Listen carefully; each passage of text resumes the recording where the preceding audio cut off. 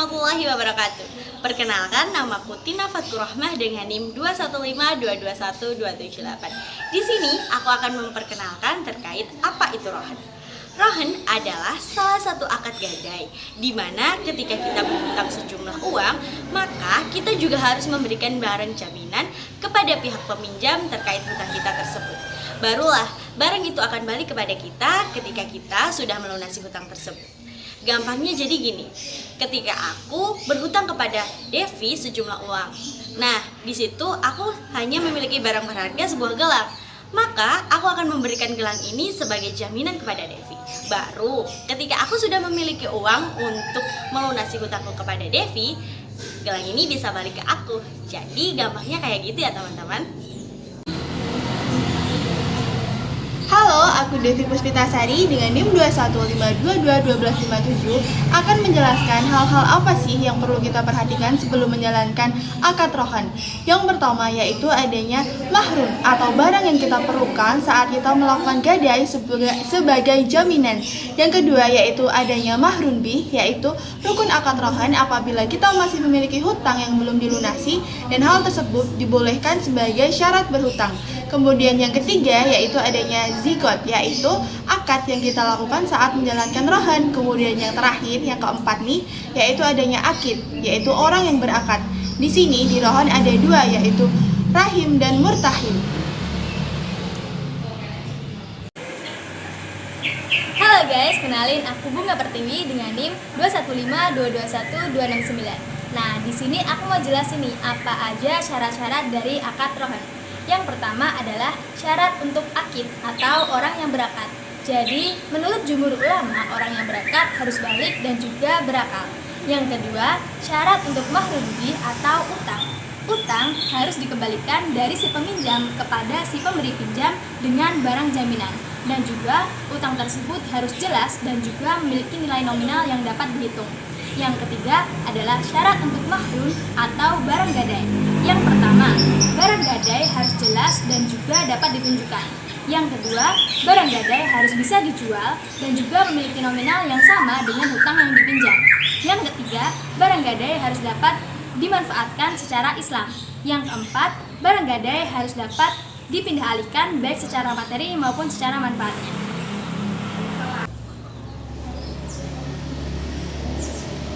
Hai, sebelumnya kenalin, nama aku Febriana Rahmawati dengan NIM 215221265. Di sini aku mau sedikit jelasin perbedaan mengenai rohan atau pinjam-meminjam dengan jaminan dan juga pegadaian konvensional. Nah, untuk yang pertama sendiri, perbedaannya itu terletak pada dasar pelaksanaan. Dalam rohan sendiri, pelaksanaan pinjam-meminjam dengan jaminan ini dilakukan pure tolong-menolong dengan asas tolong-menolong tanpa mencari keuntungan. Sedangkan dalam pegadaian konvensional itu menggunakan asas tolong-menolong tetapi juga mengambil bunga dari transaksi itu. Nah, untuk yang kedua, perbedaannya itu terletak pada sumber hukum yang digunakan. Dalam rohan sendiri menggunakan sumber hukum Al-Quran dan Al-Hadis. Sedangkan dalam pegadaian konvensional menggunakan sumber hukum KUHP pasal 1150 dan 1160. Untuk yang ketiga, sumber dana yang digunakan. Dalam rohan, sumber dana yang digunakan itu sudah jelas pasti kehalalannya.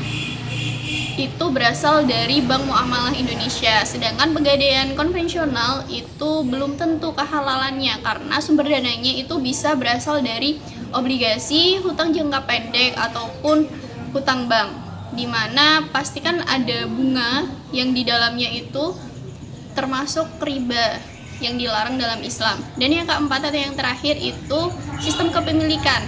Sistem kepemilikan barang yang dijaminkan dalam rohan itu tidak sepenuhnya beralih menjadi hak milik murtahin atau orang yang memberikan pinjaman. Tetapi apabila jangka waktunya itu sudah habis atau akadnya sudah selesai, tetapi dari rohin sendiri atau pihak yang membutuhkan dana itu belum bisa melunasi hutangnya, barang dari yang ada di murtahin itu boleh dijual dan uang yang dihasilkan dari penjualan itu digunakan untuk melunasi hutang dari pihak rohin itu untuk membayar hutang dan biaya pemeliharaan.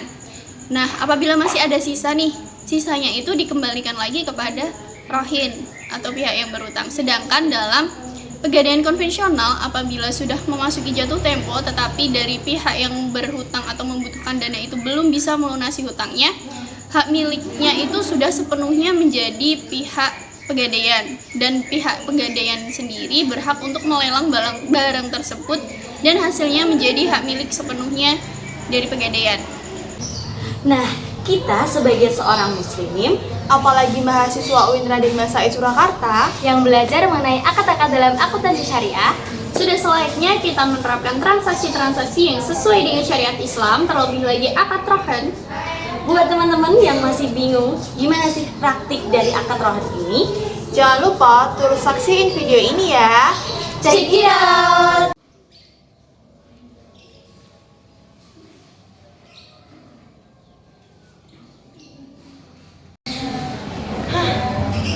Udah diingetin ibu kos buat bayar kosan.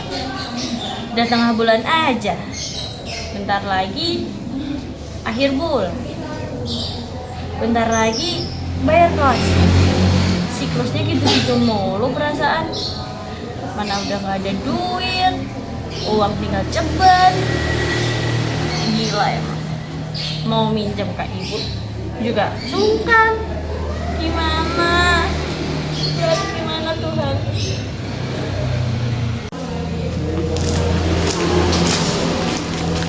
itu Tina kenapa ya? Kok dia murung banget mukanya? Coba gue liat deh. Lo kenapa, Tin? Bingung gue, Bung. Udah bentar lagi bayar UKT, bayar kosan juga udah ditagi-tagi. Mana ini udah tengah bulan kan? Gimana ya gue bisa dapat uang? Bentar, mikir dulu. Bung, kalau gue pinjol aja gimana ya? Ngawur. Kita kan muslim. Orang muslim tuh nggak boleh pinjol-pinjol kayak gitu. Itu haram. Terus coba solusi lu gimana deh buat? Bentar, gue mikir dulu nih. Nah, lo kan punya HP nih.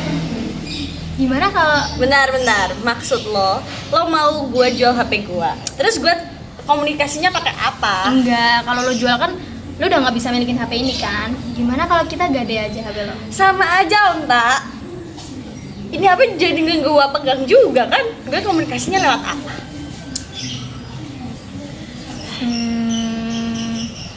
Gimana kalau ini? Jadi menarik, boleh juga. Yuk, kita ke pegadaian depan aja tuh. Jangan, itu kan pegadaian konvensional. Kita udah bilang sama lo, kita tuh sebagai umat muslim harus menerapkan akad-akad syariah. Gimana kalau kita ke pegadaian syariah aja? Deket kok. Dadah. Nah, ayo.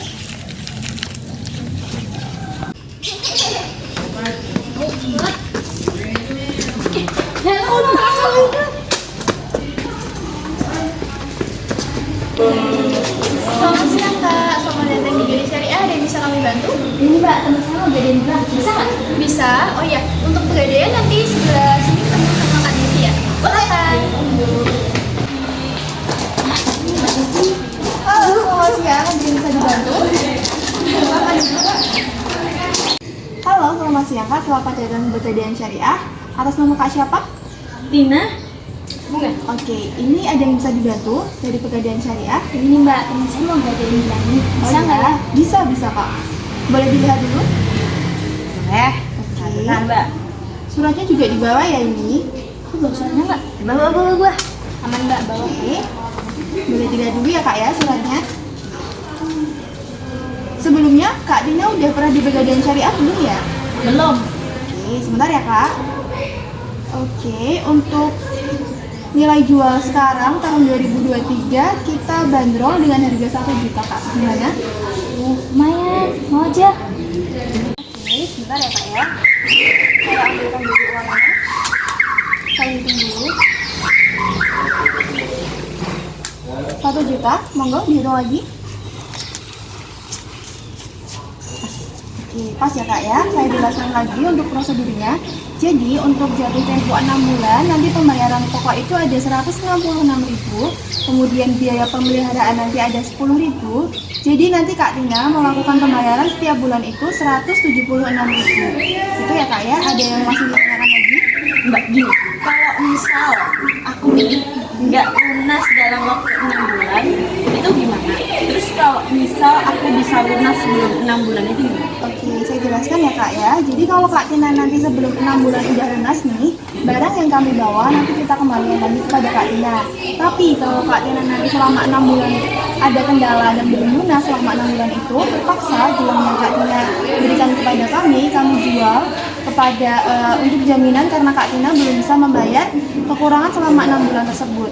Tetapi nanti kalau ada sisa dari penjualan, kami kembalikan lagi kepada Kak Tina. Bagaimana Kak Tina? Ada yang perlu ditanyakan lagi? Enggak sih. Sudah cukup. Jadi jangan lupa ya Kak ya. Nanti pembayarannya 176.000, nanti jatuh tempo tanggal 10 setiap bulan. Itu nanti ada WA dari Pegadaian nggak Mbak? Buat Oke, ngingetin nanti setiap bulan dari Pegadaian Syariah pasti akan mengingatkan Kak Tina melalui WhatsApp yang sudah Kak Tina berikan tadi selama di awal pengisian formulir Kak Tina. Gitu ya. Oke, sudah? Udah. Ayo pulang. Makasih ya, Mbak. Ya, terima kasih. Oke teman-teman, di sini untuk jurnalnya sendiri ini dari transaksi yang udah kita lakuin tadi ya sebelumnya. Nah, pihak dari penerima gadai ini yang pertama. Nah, pada saat menerima barang gadai ini jurnal yang dicatat dari pihak penerima gadai ini ada piutang pada kas sebesar 1 juta nominal yang mereka keluarkan karena menerima barang gadai itu. Selanjutnya, pada saat penerimaan uang untuk biaya pemeliharaan. Nah, di sini kita akumulasikan langsung selama 6 bulan waktu untuk pelunasannya. Di sini jurnalnya itu ada kas pada pendapatan.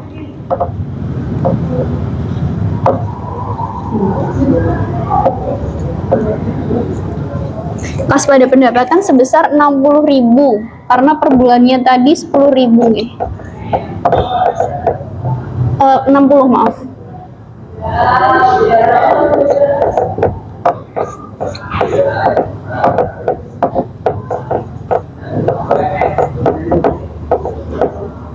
Oke, di sini untuk jurnal pada saat penerimaan uang biaya pemeliharaan.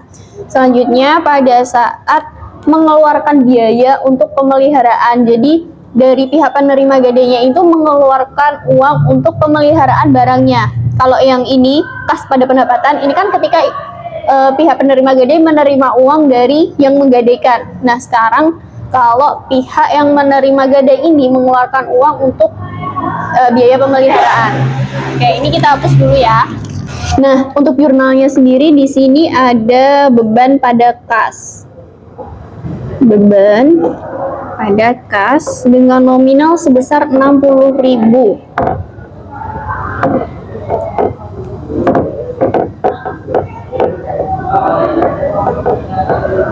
Oke, untuk selanjutnya yaitu jurnal pada saat pelunasan piutang apabila dari pihak yang menggadaikan itu udah bisa membayar sepenuhnya. Nah, di sini jurnalnya itu ada pada kas pada piutang, di mana kas itu di debit atau kas kita kan otomatis bertambah, sedangkan piutang kita berkurang jadi di kredit. Gitu teman-teman. Oke, selanjutnya ini jurnal dari pihak yang menggadaikan. Jadi jurnalnya itu untuk yang pertama, pada saat pihak yang menggadaikan itu mendapatkan uang atau menerima uang, jurnalnya itu ada pada kas pada utang, di mana kasnya itu bertambah jadi sebesar 1 juta dan juga utangnya juga bertambah, utang bertambah di kredit sebesar 1 juta. Nah, selanjutnya ketika dari pihak yang menggadaikan ini mengeluarkan biaya pemeliharaan. Biaya pemeliharaan untuk barang yang digadaikannya tadi sebesar 60.000. Di sini kita asumsikan kita akumulasikan selama 6 bulan. Selanjutnya ada yang ketiga itu jurnal ketika pelunasan. Nah, jurnal ketika pelunasan ini berarti kebalikannya dari jurnal saat menerima uang, di mana jurnalnya berarti hutang pada kas. Kan hutang itu bertambah di kredit, berarti ketika hutang berkurang itu berada di debit. utang pada kas. Gini ya teman-teman, utang pada kas sebesar 1 juta. Oke, mungkin itu tadi penjelasan mengenai jurnal dari transaksi apa yang sudah kita lakukan di video sebelumnya. Tadi yang udah kita tonton bareng-bareng ya teman-teman. Mungkin untuk mempermudah juga pemahaman teman-teman mengenai bagaimana dari jurnal akad rohan tadi, sebenarnya dari pihak yang menggadaikan itu bagaimana, dari pihak yang menerima gadai pun juga bagaimana. Semoga video ini juga bisa membantu dalam pemahaman teman-teman semuanya. Kami dari kelompok 2 juga mengucapkan terima kasih. Assalamualaikum warahmatullahi wabarakatuh.